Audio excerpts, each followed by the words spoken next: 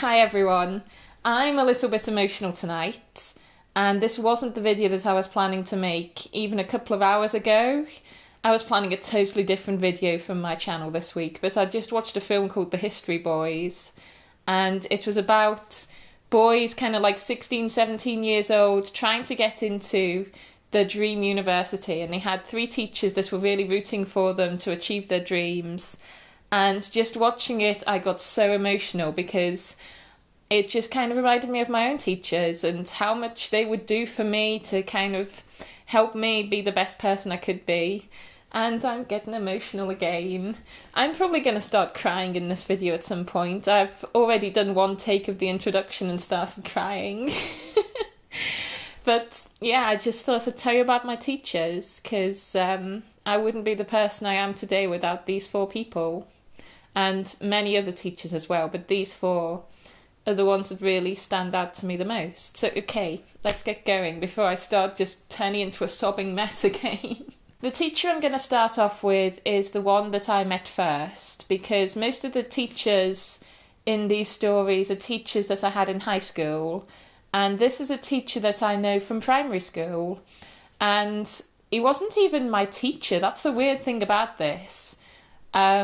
Basically, he was the one that was always in charge of, like, the school shows and things. Like, if there was anything creative going on, like a big production, it was this teacher that would be organising it. We'll just call him Mr. T. I had a reputation in primary school as being the quiet one, and it always surprised people when I did anything outgoing. Literally, like, even when I was in primary 3... like, we were doing a poem in assembly called, like, The Litter Bug, and I was the litter bug, and I just had to, like, go along and drop litter everywhere, and that was my part, and everybody was really surprised that I was the one who felt comfortable doing that, because for some reason I would only speak unless I was spoken to, but I felt really confident on stage. Go figure. So, anyways, Mr. T, as we'll call him, he was in charge of, like, the casting of all the school shows and things, and there were so many people that he could have picked who would have looked more confident in rehearsals and maybe speaking up more, but he always seemed to pick me for things, which really surprised me. Like, it happened at least twice, because Mr. T cast me in things in primary school. When I got to high school, I then tried out for other theatre shows, and being in musical theatre shows really grew my confidence. And when I left high school, I was a totally different person from when I was in primary school. I was still quite introverted. I still didn't find it very easy to approach people. I still don't now. But I was so much more confident than when I was in primary school. And Mr. T, I cannot thank you enough for giving me that first chance. Okay, so the next teacher I'm going to go for, I'm going to call Mr. Mac. And Mr. Mac was one of my teachers when I was 16, and I was in 5th year in high school studying modern studies. And for those of you who don't know what modern studies is, it's a bit like politics, you know, it's kind of looking at more recent history and how to vote and things, elections. Mr. Mac was a teacher from Glasgow, and that was kind of the opposite side of Scotland from where we are. And he was very, very proud of being from Glasgow, and he knew that we hadn't really been to Glasgow and things. So I always remember this one school trip. It's one of the most memorable ones I ever went on. He just took us to Glasgow for the day. We started the day, like, speaking to an MP, and then we went to a housing estate and learned about social housing and things. And then we went to a museum. And then we just wandered for a while, and then we went to the cinema to see Borat, because it was 2007 at the time, or was it 2006 Borat came out? Anyway, whenever Borat came out, we went to see it. Like, my whole high school modern studies class went to see Borat, and it was just the weirdest day ever. And it was really interesting to us because most of us had either never been to Glasgow or not been to Glasgow very often, because we'd go to Edinburgh whenever we needed things. So he kind of taught us about Glasgow, but that's not the reason I wanted to talk about him, because that's just that's just a fond memory I have of Mr. Mac. Mr. Mac as well knew that I wanted to work for the BBC. I wanted to work in media. And he invited in somebody he knew that worked for the BBC. He collected staff magazines for me. He was just always putting me forward and thinking of me whenever he saw anything related to the media. And that's just really cool to me. Like, I mean, it's one thing when your teachers kind of nurturing your love of their subject, but when it's another subject, they don't have to do that. They don't have to, like, help you in the same passionate way as they do with their own subject. But he did. He went over and above to kind of help me on this dream of being involved with the media. And that's another thing I'll always be grateful for. It was like he never questioned that dream. He never said, you need to have these grades, you need to go here, you need to do this. He said, okay, you want to work in the media, I'm going to get you some contacts in the BBC. And that was just so inspiring and so motivational to speak to somebody from the BBC, get some thoughts on what I could be doing if I was working there and things. So thank you, Mr. Mac, you're awesome. Okay, I'm going to tell you about my next teacher now, but I wanted to find a really cool nickname for her, so give me a minute because I have an idea, but I just need to Google something first. I'm going to call my next teacher Susanna, because she seemed to be a really big fan of the Bangles, and it wasn't just me who found this out. It seemed like it was just casual knowledge of the whole school. Like, there was another teacher who had, like, Johnny Depp posters all over the walls of her classroom, and it was just the most non-subtle thing ever. But it's more like Susanna was, like, a low-key fan of the Bangles, but everybody knew about it anyway. Okay, so Susanna was head of the history department, and I had her for history for 4 years, first year to fourth year, and she really, really made me passionate about the subject. I really enjoyed her classes, and when I got to higher history, I was put into another history class, which isn't a problem in itself, but the teacher that I had, it wasn't that she was a bad teacher and it wasn't that I was a bad student, but we just didn't click with each other. She didn't seem to get me, I didn't get her. And it wasn't my favourite class after that. So Susanna, as well as being the head of history, she was also the head of one of our school houses. And that basically meant that if any pupils were needing guidance and things, or they were having problems in class, then they would come to her and she'd kind of sort it out for them and make it like a positive learning environment for them and things. She decided, she didn't really consult me on this, but at the same time I was totally cool with it. She started pulling me out of class when I was in history because she knew I wasn't enjoying it.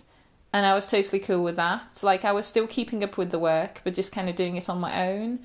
And she was pulling me out of class to then just kind of help her with whatever she needed helping. There were times I was just kind of going around and passing messages to people. Other times I was kind of helping people who'd been bullied, people who were going into different classes and things. One time I gave a tour to a load of visitors to the school. Like, if there was anything she needed help with, she got in touch with me. And that doesn't sound like a positive thing in itself, but it was totally a positive thing, because it meant that I wasn't getting a negative viewpoint of what school was at that point. It meant that I stayed in school. It meant that I got some extra qualifications where I maybe would have dropped out otherwise with no idea where I was going and things. There were so many things I wouldn't have learnt in class if I'd just been sitting there instead that I kind of learnt in my last couple of years just being Susanna's dog's body. So I'm so grateful to her for that. Susanna had the best lessons, and I think that's why I liked them so much. Like, they were so memorable. Like, there was one time about 10 minutes before the bell rang, she got out this washing line, and then she got us to, like, unravel it, and she got everybody kind of arranged so that we were all standing with this piece of washing line. And then the bell rang, and to this day, I have no idea what her plan was and what we were going to learn from holding this washing line. The last teacher I'm going to tell you about is probably the one I owe the most to. I'm going to call him DJ, and anybody who knows who I'm talking about will know why I'm calling him DJ. So DJ was a music teacher, and he was my music teacher from second year when he was a new teacher to the school, right up to fifth year when I stopped taking music, and then in sixth year he was still kind of involved as like the person in charge of the choir that I was in. So when DJ first met me, he was a new teacher to the school, and I was like just one of the quiet kids who just got on with her work, didn't cause any trouble or anything. But the thing that I think really changed DJ's perception of me quite early on was that he organised a trip for some of the older students to go and see Jesus Christ Superstar. And that wouldn't have been a problem except for the fact that I was in Jesus Christ Superstar. So I said to him, "Are you organising this school trip?" And he was like, "Yes, but it's for the older students." And I was like, "Oh, no, I don't want to go. It's just that I'm in it." And at that point, I kind of remember seeing the surprise on his face, like just kind of confusion as well, because I just seemed to be this kid that didn't have anything to say, didn't have any interest in performing. And he was like, "Oh, okay, you should join the choir then, because like they do singing in choir and things as well." And being like a 12, 13-year-old kid, I was like, "Yes, sure, I'll join the choir." But I was really just saying that to get rid of him. He kind of let it go for a while. But then at parents' evening, when my dad was in my class speaking to him, he said, "Kate needs to join the choir." And then my dad was on my back about it. So fair play, DJ, because I kind of had to join the choir after he got my dad involved in the whole thing. This is so funny now to me because I know where the story goes. Like, this was like kind of a pattern, really. It's like I refused to join the choir several times. I kind of didn't go to rehearsal several times. And he always got me back in like really weird ways. I'm sorry, DJ, I have no idea how you are still a teacher. Like, if you could put up with me as a student being like the most stubborn person ever, then I swear to God you can do anything in the world. In choir one day he was handing out leaflets for this very prestigious choir in Scotland, and just coincidentally I was on the end of the choir this day, and just say he had 20 leaflets. There was 21 girls in this class, and he ran out just as he got to me. So he never gave me a leaflet for this prestigious choir. And in my head, I was like, I'll never get in anyway, because I had a very defeatist attitude as a teenager. Like, I always thought, what's the point? Like, I'm not as good as the others. So everybody got like this leaflet for this prestigious choir. And on the way at the end of the rehearsal, just as I was going to leave, it just so happens that one of the girls left the leaflet behind that she was given. Everybody else took their leaflets. This one person left their leaflet. And DJ had known that he'd not given me one. And when he saw a spare one that somebody had left lying there, he grabbed it and then he blocked my way out of the room. And the second bell rang, I was late to my next class, and I was basically arguing with him that there was no point, I wasn't going to get into this choir. Why was he being so persistent that I had to take it? But he was blocking the door, I was late to class, and I was like, fine, whatever, I'll just take it. So after about 30 seconds of protesting, I took the leaflet. And then I had to go down to the library for my free period.